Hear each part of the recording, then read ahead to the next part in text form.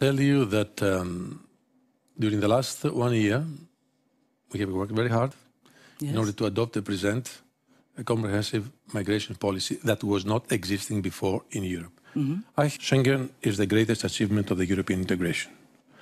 I don't agree with what was said that Schengen never worked. On the contrary, I belong to a generation who had a dream many years ago to move around Europe. We must maintain it by all means, by going back to national policies, by erecting fences, by refusing to accept this new reality and cope with that. We undermine the future of Europe. And me, as a commissioner, the Commission, don't forget that we are the guardians of the treaties. And we shall do our best in order not only to maintain Schengen, but also to solve all the other problems. Because what is Schengen? It's a better and more efficient protection of our borders. But let me be clear on that. We are not threatened by enemies. Member states on the front line could deploy their defense systems. To do what? We are committed by United Nations, by the Charter of Geneva.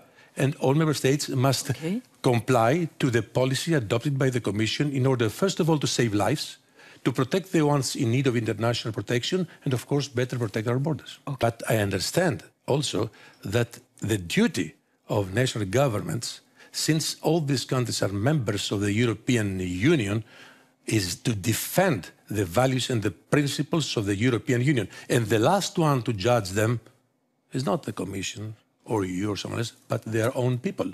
So now there is a problem, a political problem within many countries, and unfortunately I'm very much concerned for the rising of xenophobia, populism and nationalism about it. That's why we try to put everybody in front of their responsibilities. I think you share this point of view with me, that member states have a great responsibility on that. It's very easy to say, I don't agree with that, and I decided to erect the fences, or one day make the decision and take my country out of Europe. Is it how we are going to move ahead? Is it how we respond to the dreams of the forefathers of Europe? I mean, we are in a country which is one of the most European countries in Europe. Everything started from this neighborhood, and it gave birth to the greatest achievement of history, United Europe. And all these problems we're confronted with are crash tests for the future of Europe. And we are here to defend Europe.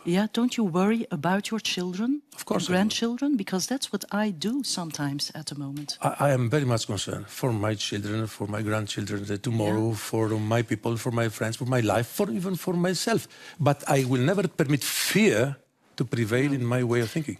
We are here in order, first of all, to adopt policies, to take all necessary measures, to continue our dialogue with our citizens, to be pragmatists in the way we approach the reality today, and defend not only the values, because it sounds a bit theoretical, but also what we have achieved throughout the last 50 years. I know it is not easy, and this Commission has a very important duty to carry out.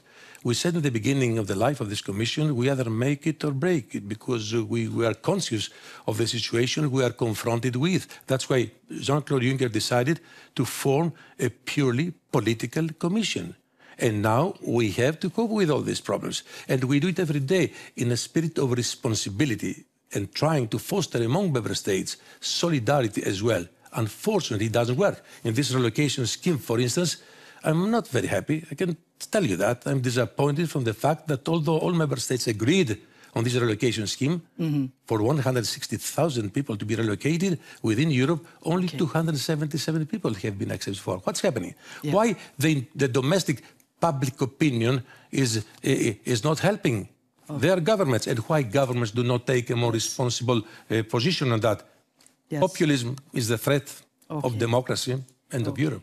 Okay, Mr. Avramopoulos, thank you for being with us. Thank you very much for having me here.